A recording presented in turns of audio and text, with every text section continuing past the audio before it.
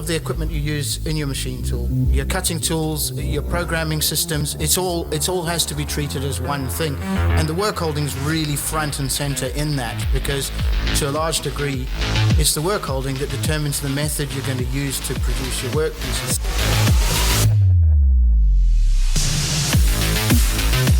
Welcome to the MTD podcast. I'm Giovanni Alfred, hosting today's show, a passionate engineer and a very proud member of the MTD team. Today we'll be looking at ways to maximise your machine tool productivity through work holding, and we've got three special guests in our studio today. We've actually been in the studio, this is our second day now, with First Machine Tool Accessories. We've been producing lots of very special technical corners that will be hitting our MTD CNC platform soon, so keep an eye out for them. Great subject today. We've got three special guests. Our first guest, Richard Evans, the one and only Richard Evans, works at Machine Tool Accessory Technical Sales. Welcome to the podcast, Rich, and a former colleague and friend of mine. Thank you very much, Joe. Very glad to be here. And great to have you here, Rich. Second, Alex Newman, another former colleague of mine and friend. How are you doing, my friend? Technical sales at First MTA. Yeah, I'm good, Gio. Glad to be here. It's nice to see where you guys are doing this. So good trip up? Yeah, it was a good trip up. Well worth it. Brilliant. Well, we've still got a few technical corners to produce this afternoon. And third but not least, my current colleague and friend, Rowan.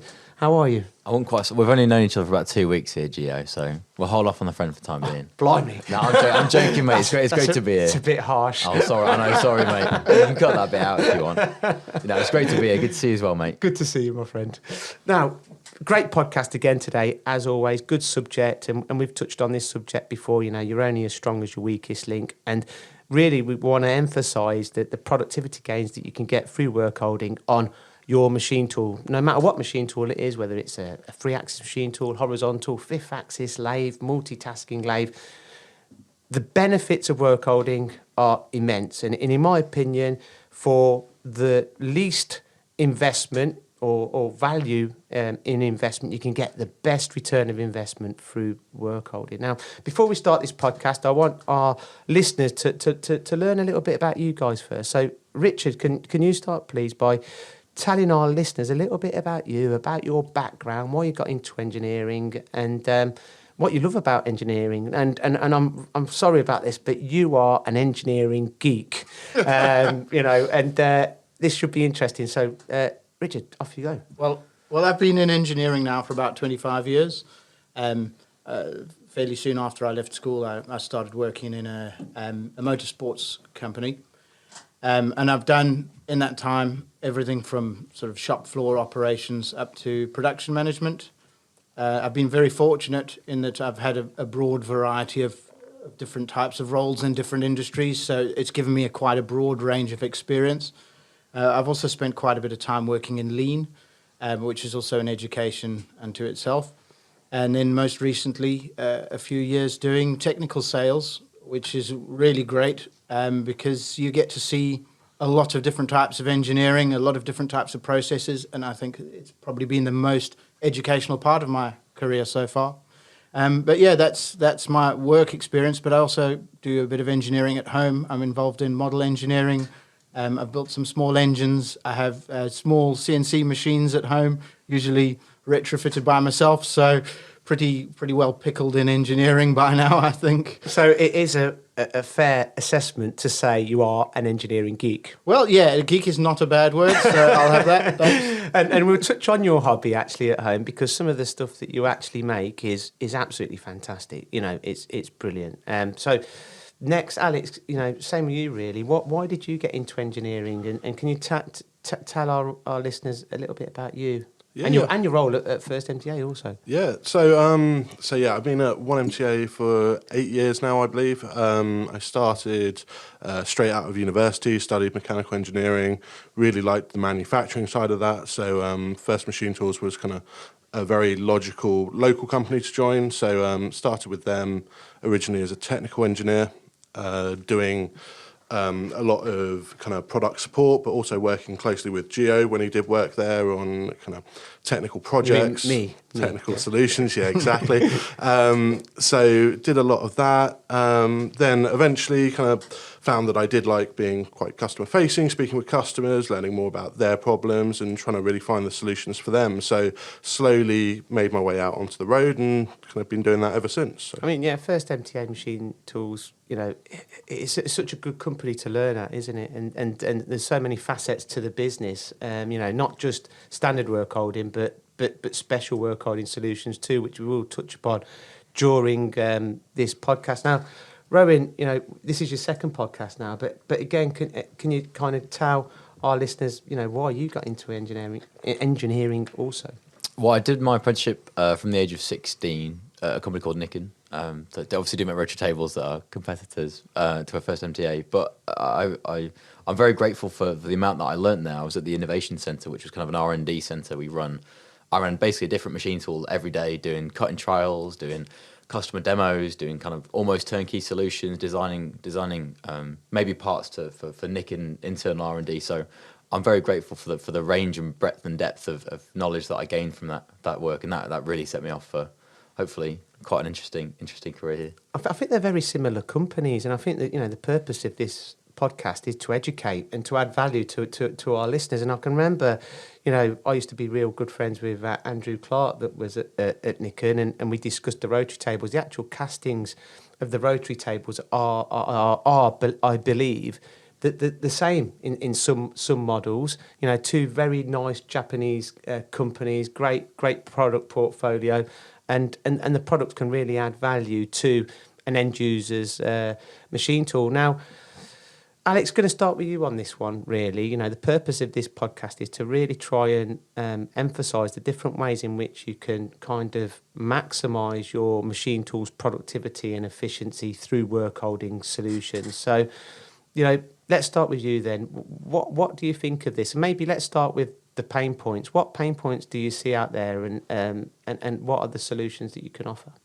So when it comes to work holding, what we find with machine tools is, you know, ultimately, like you've said at the beginning, you're only as strong as your weakest link. And, you know, a lot of customers out there will be using kind of standard vices, bits and pieces like that, which means that potentially on a small cycle time or something like that, the operator doesn't get a chance to actually walk away.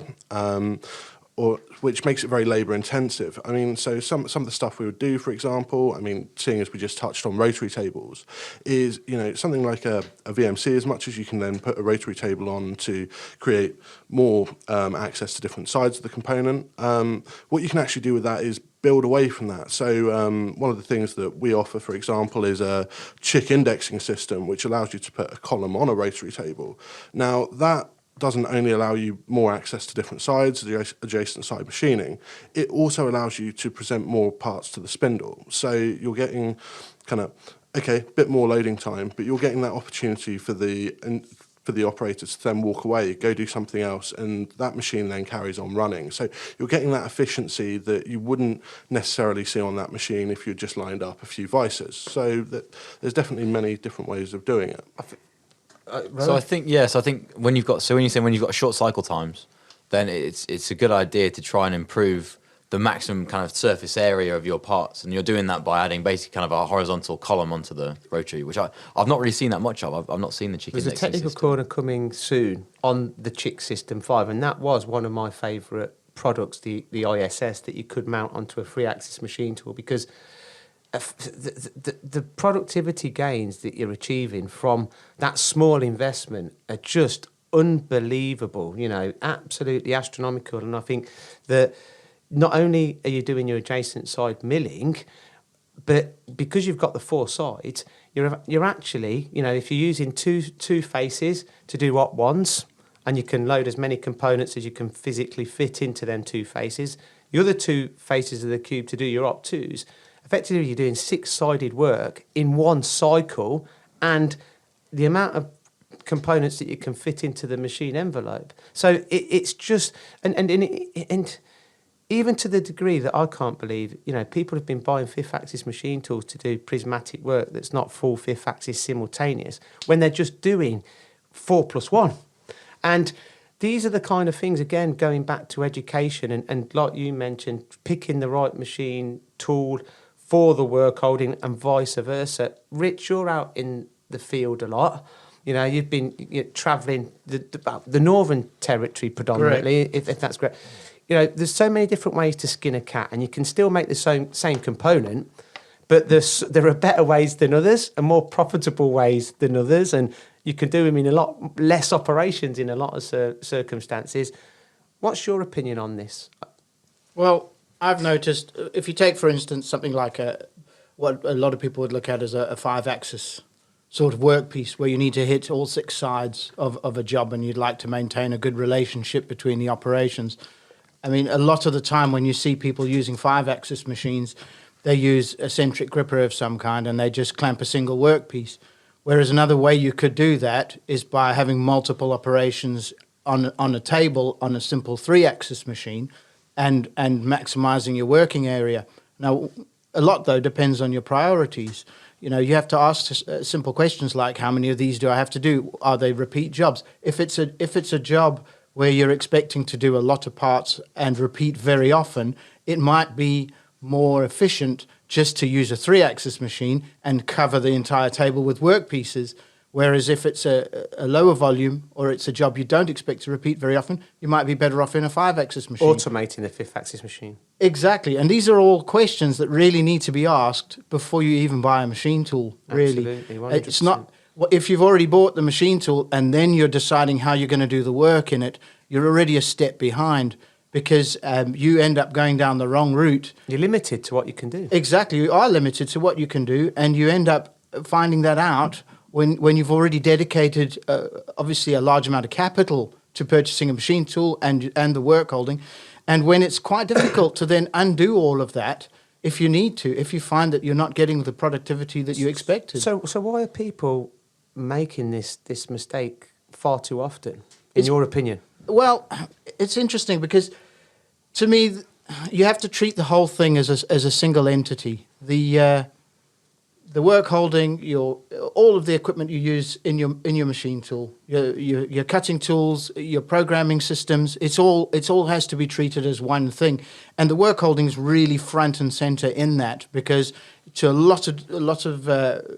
large degree, it's the work holding that determines the method you're going to use to produce your workpieces. So you really need to consider that at the same time as considering the machine and the method you're going to use to manufacture, and which is easy to do if you know exactly what you're going to do in that machine tool. But sometimes you don't. Exactly, sometimes you don't. So then your priorities change. Then your priorities go from having work holding that gives you multi-component clamping to work holding that gives you the most versatility, so you can deal with whatever's going to come in the door that day. So as long as you know what those priorities are, you can then treat the whole thing as a single entity. So effectively, Rich, the complete process. The complete Looking at process. the complete process. And as Alec alluded to, you're only as strong as your weakest link. The machine tool is effectively the blank canvas, isn't it? Absolutely. And then everything that you put in the machine tool is what makes it sing and dance to really maximise or get the most out of the machine tool or use it to its maximum capability.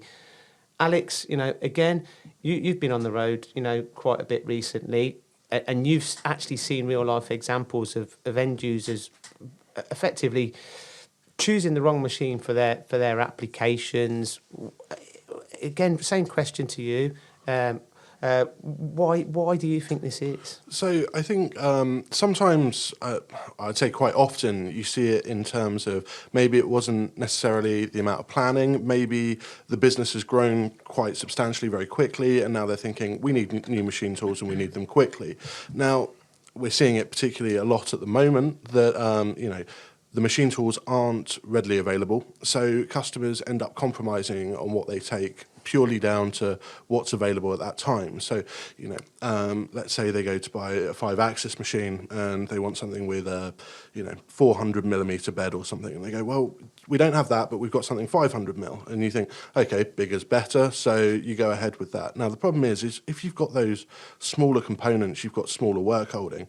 Now, if you've got 500 millimeters of table in the way, trying to get those clearances to get those sides and do that prismatic machining just becomes so much harder. So you start building away from the table, risers and extended tools, bits and pieces like that, and then suddenly you're kind of at risk of kind of inaccuracies, building inaccuracies into your process because you haven't taken the time to really think about, well, what are the consequences of going bigger? How does that limit me on the jobs that I might do more often? So getting the right machine for the part is obviously a very important part of the consideration of a new project or a new set of parts to make. But I think it's interesting when Richard's obviously mentioned that you've got to think about your work holding as the key part of the process, not the machine around it. Because most machines, it's a 3-axis, it'll have a spindle, it'll have max RPM of whatever. And the work holding is actually the important bit because that's what you're programming in your CAD/CAM system or whatever if you're doing it on offline.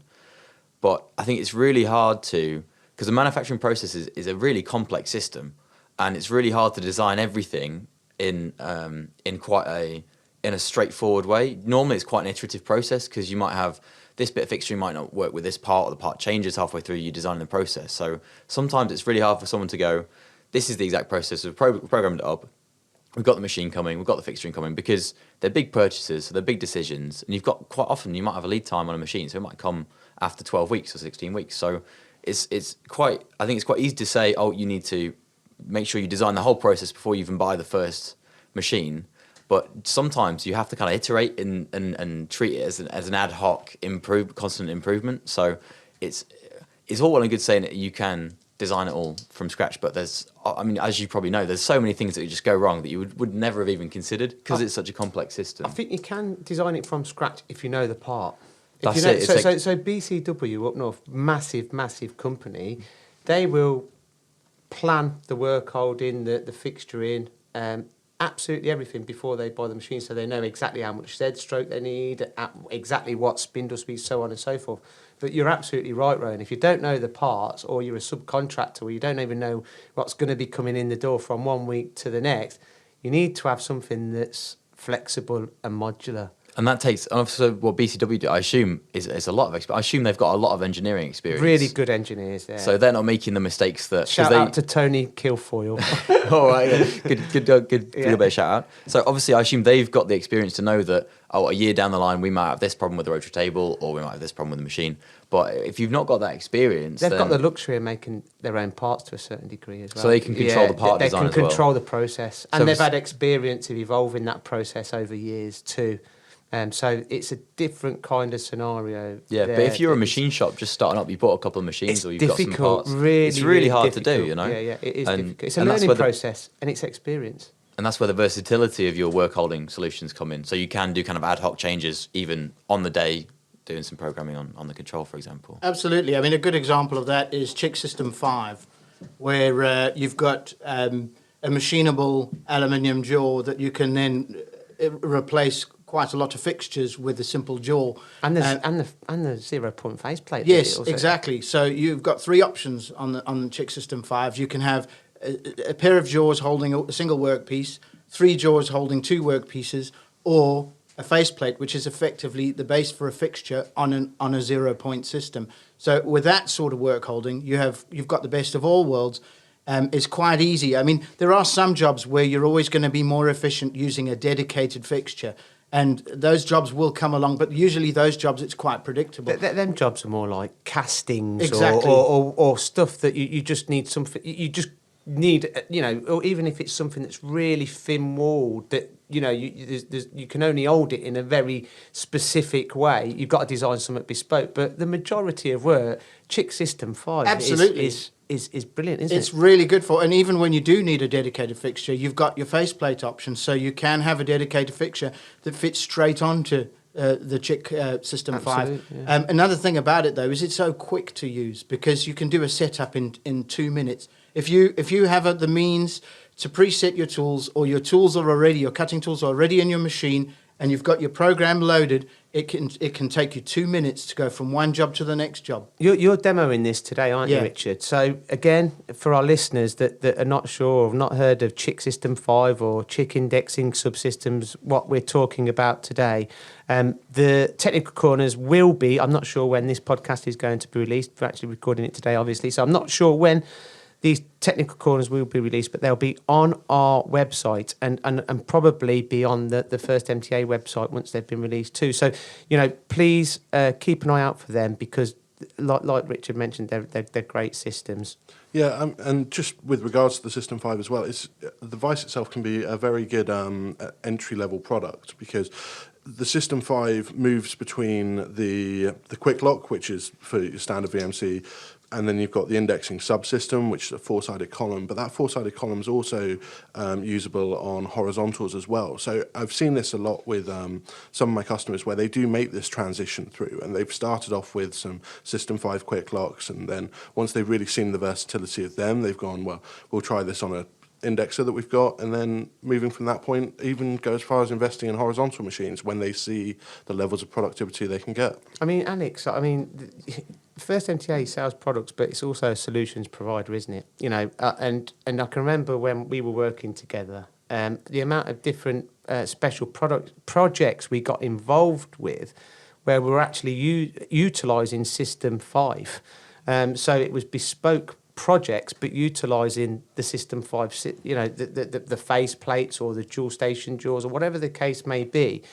And it was astounding, really, the work that we did with it. But the point I'm trying to make is that you're not just selling a product out of the box. You're actually selling solutions, and you're consulting. You're consulting. You're trying to help your clients achieve the very best results. So can you start? We've mentioned Chick and Chick System 5, but you've got and the rotary tables, the Kitagawa rotary tables. What are the products and solutions do you offer? And give me some of the examples of maybe different machine tool types, lathes maybe, where you're seeing potential pain points and improvements that can be made, and trying to avoid, educate people to avoid any potential pitfalls in the future. Yeah, and I think that's that's the reason me and Richard spend so much time out on the road is that consulting. We go in and we speak to people about, the problems that they might be facing at that time. I wouldn't necessarily describe myself as much of a salesman. I don't walk in and push products. I more find what the issue is and then find the solution for that, and I think that's very important. And like you said, it doesn't have to just be on VMCs or 5-axis. We work quite a lot with lathes as well. Obviously, we've got the Kitagawa products, we've got the kind of the chucking and the collet chucks, and again, it's a case of trying to find something that suits the machine tool, because the machine tool will control what work holding you can use, which is why, again, it is just so important to think about that work holding before you go through the purchase of the machine tool. For example, if you do end up with a large lathe, you can really limit how small you can go down to and what sort of clearances and what sort of accuracies you can really get on that small work. So we do a lot of work with trying to find what chucks will suit certain machine tools even before those machine tools are purchased. Application specifics. I always get taken the mickey out of for saying a lot at MTD. Yeah, so but that's why I think it's really important to have a service like you guys provide, and for most jobbing shops and most workshops in general to have that kind of partnership with companies like yourselves, because that means they have, instead of, because there's so much work holding out there, so much tooling, so many different machines, it's almost as if you guys can provide that. They can almost, it's like they're taking you on as a little contracted application engineer. You can do two 2 weeks of work to find the best solution for them, especially if they're not a company like BCW and they don't have that engineering experience, they don't have the same parts coming in all the time. So they're maybe working really hard just to get current parts out the door and get current processes out and make money on that. So they might send you off to try and find a good solution for the next part coming in. And it's almost like I'm not offshoring, but they're outsourcing that development work, which it's really hard to do the research if you don't know the products. Whereas you guys might see a product and then a part to make, and then in 20 minutes find the perfect solution for them, which it might take them a couple of days, which is time is money, obviously. So it's really important to have partnerships with companies like yourselves, like First MTA. I think what you just mentioned there, you raised a really good point there, Rowan, because skill levels is a big issue. You know, not everyone has got the luxury of having, you know, very highly technical engineers such as BMW, or maybe they may only have one within their facility. So the skill levels is a massive issue. So if you can go in and, again, you're not just selling a product, you're offering a solution, that's invaluable, isn't it? Absolutely, and we do quite a lot of that where we visit customers and talk them through the whole process of putting together a work holding package. I often get calls from customers to come and see them when they have problems, when they have work pieces that they're not really sure what's going to be the best way of clamping this work piece to get you know a good stable machining process. But yeah, I go in quite often for that sort of thing. I like it though when people ring me up and say, I'm running low on capacity on my machines. Perfect. Come and talk to me. What can we do? Because that's even before they've looked at purchasing a new machine. So we can actually include a conversation about work holding before we even look into what machine they're going to purchase. So in that way, we sort of branch out a bit from work holding. I mean, I even chat to guys about cutting tools. I talk to them about their CAD CAM systems sometimes. You know, we try and involve everything if we can. So it's good that those guys, I think those customers are probably the ones that are probably the most competitive in the workplace, because they've not got that, maybe a sense of misplaced pride that they know everything and they have all the knowledge they will ever need under their roof. It's good that they can then be a bit humble and say, look, I've got this work piece, I don't know how to do it. Have you got any suggestions? And they probably do that with a few other companies, and they can then get the best answer. Sorry, everyone. This is getting into a really good podcast, but there's some people don't even know that they've got a problem until it's pointed out to them, and that is a really big issue, because a lot of companies have always made parts in a certain way, and a lot of companies are reluctant to change because they've created a process that they think works for them, but it's not a competitive process. And with technology always and continuously evolving and moving on, a lot of companies are getting left behind. So, you know, it's our jobs in the industry to be able to go out into engineering facilities and find these improvements, if you like. And it's, you know, a lot of, we've got the luxury of going out to so many different workshops, but a lot of these engineers are cocooned within their own facility and they don't really know everything that's available to them. And as you mentioned, Rowan, as well, you know, there's so many different cutting tool products, so many work holding products, so many machines. It's how do they know the right solution for them? Well, they can't be expected to, and I think that's the point we're trying to make here. Definitely Exactly. the point, isn't it? Yeah. Exactly. So I mean, if you can't be expected to, then but you need to also you need to recognise that as a customer. You need to go, okay, have a bit of humbleness. Maybe say, look, I don't know everything that's on the market. Please tell me what you think. And they don't have to take your word for face value. They can see probably that you're a good engineer, so they'll see that maybe get a few other options, and then they've got a reasoned and then that kind of multiplies their knowledge by 10 times, doesn't it? It's like a multiplier. It's like a Yeah, and I think that's a key thing, is specialisation, like you were saying. I mean, by no means would I ever walk into a workshop and try and tell someone on a machine how to go about machining their component. That's not what I specialise in. But what we specialise in is work holding, the same as you would have a cutting tools person in to have a look at the tooling that you're using, because ultimately it's not the machine tool operator's job to know all of this. You have to fall back on relying on other people's knowledge for that, and that's ultimately what we're there for, is to kind of look at things and kind of impart what we know in as much detail as possible in a narrower scope than if they tried to research it themselves. You know, there's so much to cover. Where do you start? So yeah, because your operator's probably working really hard trying to get jobs out the door right now. They've not got time to start thinking about it because they're working through flat out. catalogues and stuff like that. Exactly. Exactly. It's one of the things I like to tell people is nobody knows, because we have a vast product range, and nobody knows our product range as well as we know our own product range. So if you're looking for a solution, a work holding problem, the best thing to do is just give us a ring, and we can pop in and have a chat, and it won't cost you anything for me to be there just to have a look at the problem you want to solve and show you a few things that you might not even know exist. So free consultancy. Exactly. It really is. And the number of times people have made improvements that haven't just added, improved a job by 10 or 15%, but had sort of 150% productivity improvements in a job just by changing small things. and in ways that they didn't even know were possible. And not because they don't know their own job. It's just because things move on. New products come out. You can't be expected to know all of that when there are experts out there who do. Just ring the expert, they'll come in and we have a chat. And you know what? You guys, when you're selling work holding, you do need to have knowledge of the machine tool. You do need to have knowledge of cutting tools. You know, vibration is a killer, so you need to eliminate vibration through the work holding so the cutting tools can do their job. But having that machine tool knowledge is absolutely imperative at all. I mean, we've got databases. You've got databases of machine tools, the strokes, so on and so forth, the dead zones on horizontal machines, the swing diameters.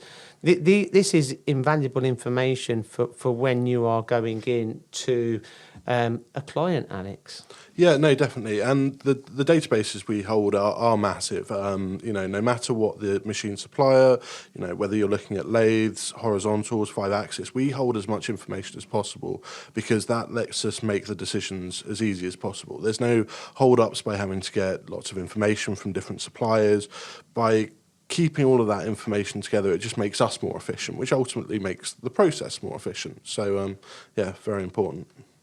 Yeah, so I guess, I mean, I've never seen any of these kind of databases before. I've never worked in the machine tool applications looking for solutions and whatnot. But I guess that's really important when you're going into a workshop and you don't know what these machines are, what they're like. You can do a bit of research beforehand. Make sure that you're going to offer the right solution. You're prepared for what the customer might need. Yeah, exactly. And, you know, and that means that we tailor our work holding packages to suit that machine tool as well. And it also allows us to come up with custom solutions if a piece of work holding wouldn't necessarily normally suit that machine tool. We can make that work, and we have the information there to be able to do that. Yeah, it's also worth mentioning that the people who work at First Machine Tool Accessories come from engineering backgrounds, not necessarily sales backgrounds. So they already have quite a good knowledge of various types of industry processes, mainly centered around CNC machining. So usually when we go in to see a customer, we already have a good understanding of what they're doing and what they're trying to achieve, far more than someone who has a purely sales background. I think that's imperative, though. I don't think you could do your job properly if you didn't. Well, absolutely. And it's about being able to look at everything, not just a narrow bit of the work holding, but how it integrates into the machine tool, how it relates to the cutting tools in use. You know, the simple things like the knowledge and the experience of the operator and how that relates to the usability of the work holding, how easy it is to use. You know, all of these things need to be considered if you're going to put the right bit of kit on the right machine and the customer's going to get exactly what he wants. Because at the end of the day, that's what we want happy customers, because then we have repeat customers. And we have a lot of repeat customers. Excellent point, Richard. And we unfortunately, we're coming to near the end of this podcast, but we could go on and on about this subject, I believe. I think it's been an absolutely great subject. For me, my final point is going to be aimed at you, Richard, really. You've done a guerrilla demo in the studio yesterday. Yeah, do you do that on site? Do you do that on site when you're out and about? Every time. No, brilliant. And any last thought, guys? No, I think we covered it well. As you said, we could probably go on for another half hour about this. I mean, there's so much to talk about, but nothing to stop us doing a part two. Yeah. No, you can always improve the process. I don't think it's ever perfect. Yeah, 100%. I think there's not such thing as perfection. Doesn't There's exist. so much complexity involved. Doesn't exist. Perfection doesn't exist. Yeah. Guys, been an absolute pleasure. Any last thoughts, Mr. Evans? No, I think we've covered it quite well. Well, on LinkedIn you can watch Richard's guerrilla demo if you're wondering what the hell we're on about. But no, it's been an absolute pleasure, guys. Thanks very much for joining us on the MTD podcast. I hope that it's been very educational for our listeners, and I'm sure that it has been. Until next week, the MTD podcast. Thanks for listening to the MTD podcast. If you found value in this episode, please subscribe and leave a rating and review. Find more episodes on mtdcnc.com.